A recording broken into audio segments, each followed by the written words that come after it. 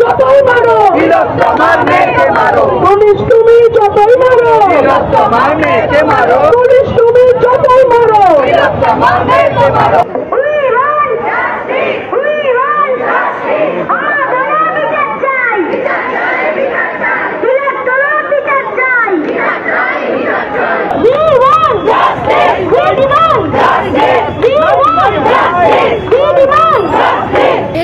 Supreme court hearing, সেহেতু আজকে আমি এরকম কোনো ইরেসপন্সিবল কমেন্ট করতে চাই না, যেটা আমার করা উচিত হবে না। কারণ সুপ্রিম কোর্টটা একটা খুব ইম্পর্টেন্ট ব্যাপার। আমরা অনেকেই অনেক সময় সুপ্রিম কোর্ট নিয়ে অনেক কথা বলি, কিন্তু আমি জানি না মানে আমাদের এতগুলো কথা সুপ্রিম কোর্ট নিয়ে বলাটা আমাদের এখতিয়ারের মধ্যে পড়ে কি পড়ে না আমি শিওর, যতটুকু জানি পড়ে না। তাই কালকে আলাদা করে আজকে কিছু বলতে চাই না সুপ্রিম কোর্ট। আর আজকে আমি এখানে এসেছি কারণ সনাতনদা আমাকে পার্সোনালি ফোন করে বলছেন আসতে। সনাতনদার মতো একজন ইন্টারন্যাশনাল মাপের শিল্পীর কথা অগ্রাহ্য করার মতো দুঃসাহস আমার নেই। আর শুধু শিল্পী নয়, আমি যখন শিল্প বুঝি তা নয়, কিন্তু সনাতনদার সাথে আমি ক্লোজলি কোঅর্ডিনেশনে কাজ করেছি।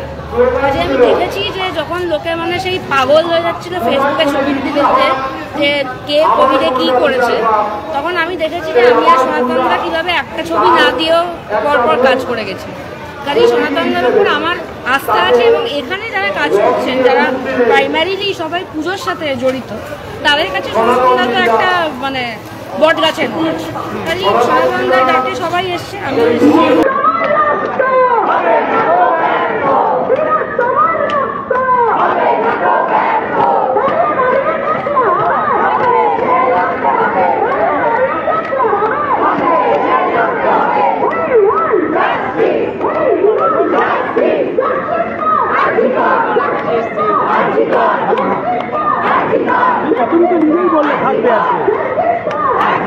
দেখো, আমরা সকলে খুব আশাবাদী, সেই জন্যই আমরা রাস্তায় নেমেছি, মিছিল করছি, প্রতিবাদী মিছিল। আমরা আশাবাদী বলেই করছি, এবং আমরা প্রচন্ড পরিমাণে আশাবাদী যে বিচার তো পাবোই, বিচার আমাদের ছিনিয়ে নিতে হবে, এটুকুই বলবো ব্যাস।